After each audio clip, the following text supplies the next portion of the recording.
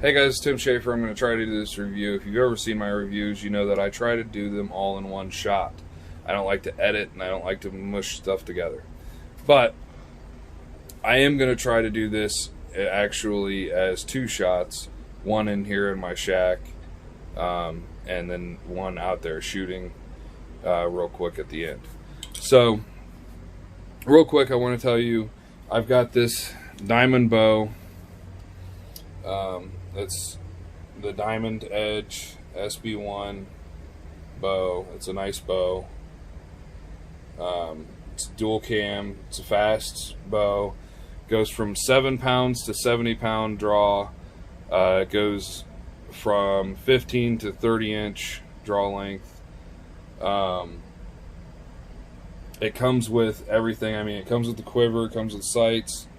The only thing I did change was the sight, peep and actual sight. Main reason being is I just put what I like on there. I like a 5-pin toolless sight. I got that one on sale. It's a Bone Collector brand one. It's not anything special.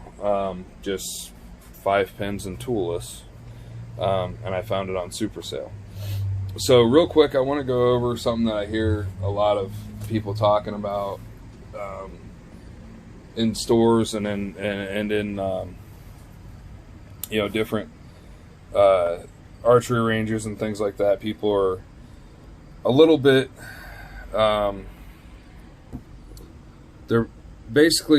people get a little bit put off by the idea of buying a cheaper bow because they think they're not going to have what they need. And here's the thing: if you're just going out target shooting, if you're not competitively shooting, you're not sponsored, you're not doing anything, you're using your money like I am, there's no reason for you to have to go out and buy $1,000 bare bow and then put another $1,000 into accessories and then who knows what. I've seen beautiful bows. I've seen people out there with elites that they've got $3,000 in and $4,000 in. I mean, just amazing, beautiful bows. I've shot beautiful bows. I've shot these amazing bows that these guys use in competitions. And I would love to do that someday, but right now is not the time. I don't have the money for it. I don't have the, I don't have the ability. I don't have the time. I barely have the time to make this video, which is why it's actually taken me so long. I've had this bow for 6 months. So I bought this bow for my nephew, who is 12, and he got into some trouble and some things happened. He ended up not being able to get it. So I've had it. I bought it for like $350 or $400, somewhere in that area. Ready to hunt kit. Totally ready to go, basically, from the time I left the store. All I had to do was put in a peep sight and serve it in, and then of course I changed the sight because I wanted a different one. But that, dual cam, it's shorter axle to axle than I care for. I like a long axle to axle. That's just me. But if you're up in a stand, I'm a ground hunter, but if you're up in a stand, that shorter axle to axle is going to work in your favor a lot because you're going to be able to get over the rail. You're going to be able to get, positioned a lot easier to make your shot. With the shorter axle to axle bow. And for those of you that don't know what I'm talking about right there, is those are pretty much level. I mean, they're not perfectly level, but these guys are the same axle to axle here. This guy is not. He's a few inches shorter. So that's what I mean. It's just, it's your measurement from this axle to that axle up there. That's what your axle to axle is. So anyway, if you don't have the money to spend, you can still to spend on one of those good bows. You can still get a good bow. People get bought into the old saying of, you know, you get what you pay for, which in a lot of cases is true, sure enough. When it comes to some of these bows, once you get to a certain point, you're really just getting, you know, a name a lot of the time. I really like Bear archery's bows. For one, they're made here in the U.S. And for two, I don't know, I've always liked them. I've never shot one I haven't liked. So I kind of stick to their company.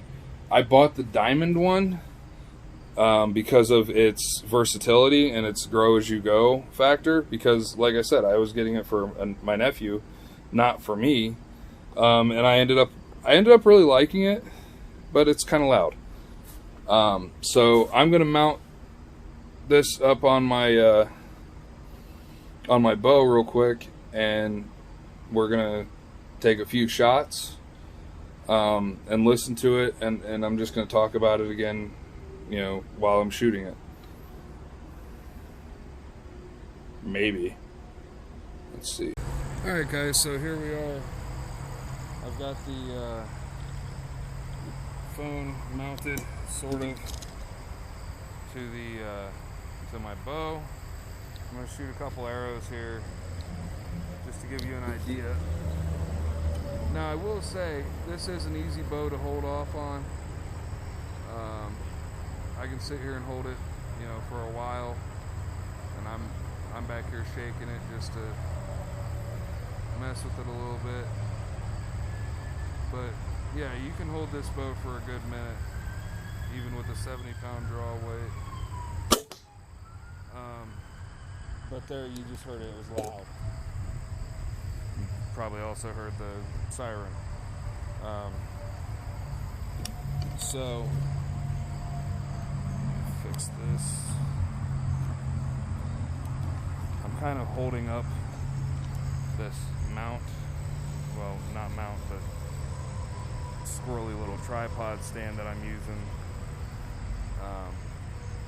with my pinky. So yeah, I mean, I have it on 70 pounds and it's not that hard of a draw, which is nice. But you hear that, it's loud. You can definitely hear that it's loud.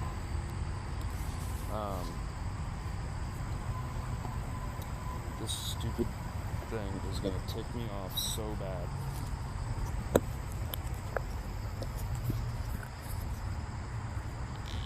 There. Maybe I can do that. I can hold it like that. That's fine. So,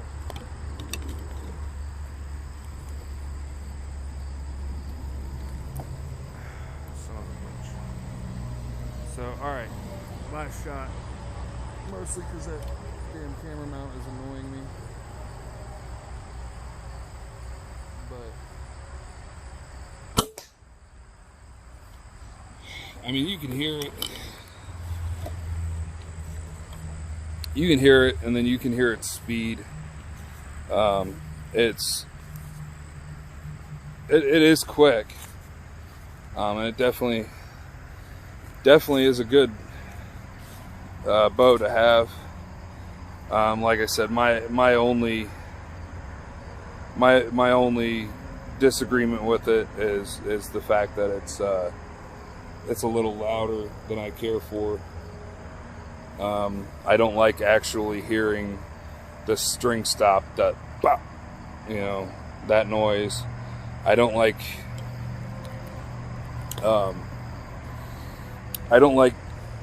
all the different little noises that you hear with it. But that's partially personal preference. I like a real good quiet bow. Some guys they'll give up the noise for speed. or whatever. But I don't know. That's just me. So, but yeah, I mean, it's a pretty good little bow. You can kind of see it from head to toe. Like I said, the sight's different.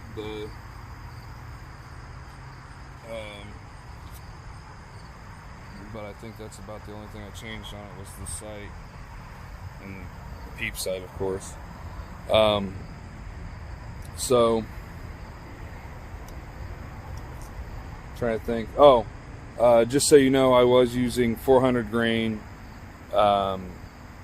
Easton Carbon Aftermath arrows. They're kind of my go-to target arrows. I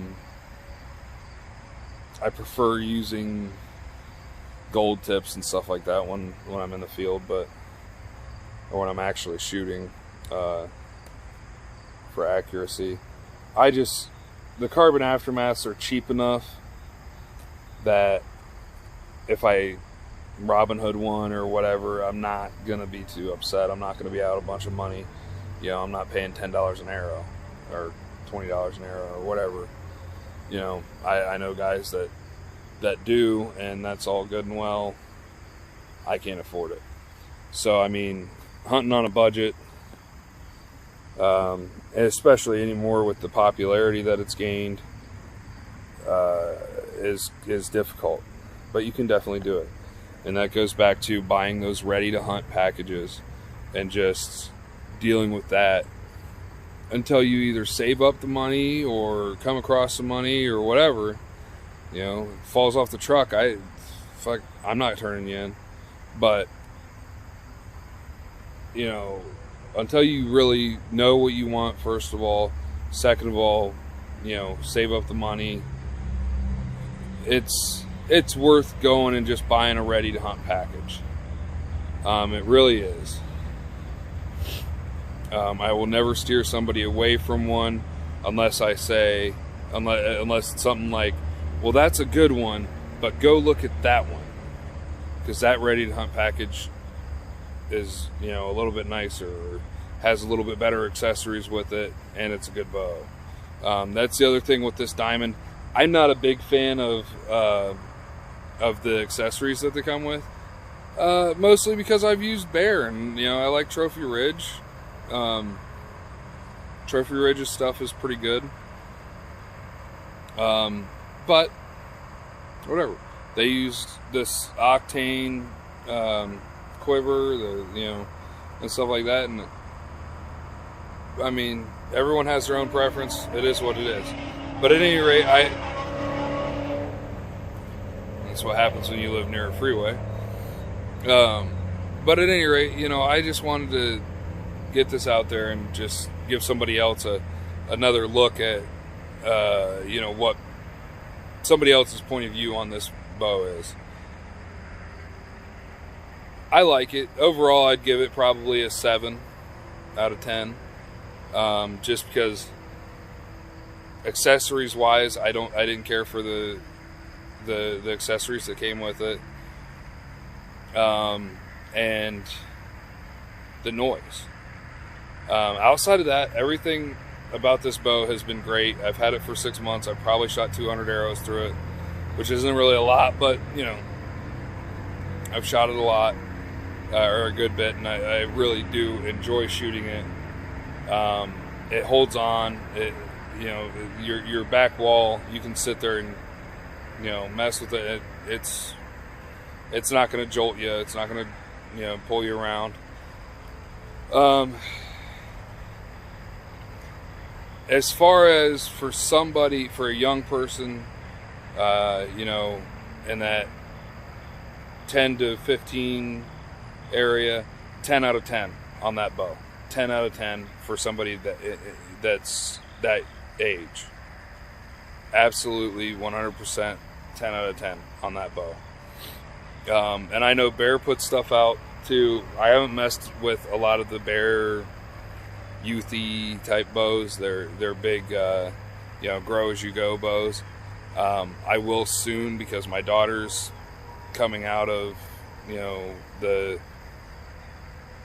what she has, like it's like the Cub Scout or something like that kind of bow that she's using. She's 9, and she's able to really actually draw that and shoot it well. So we're gonna have to go get her a ready to hunt package, or I might just give her this one. It depends on if that's what she wants or not.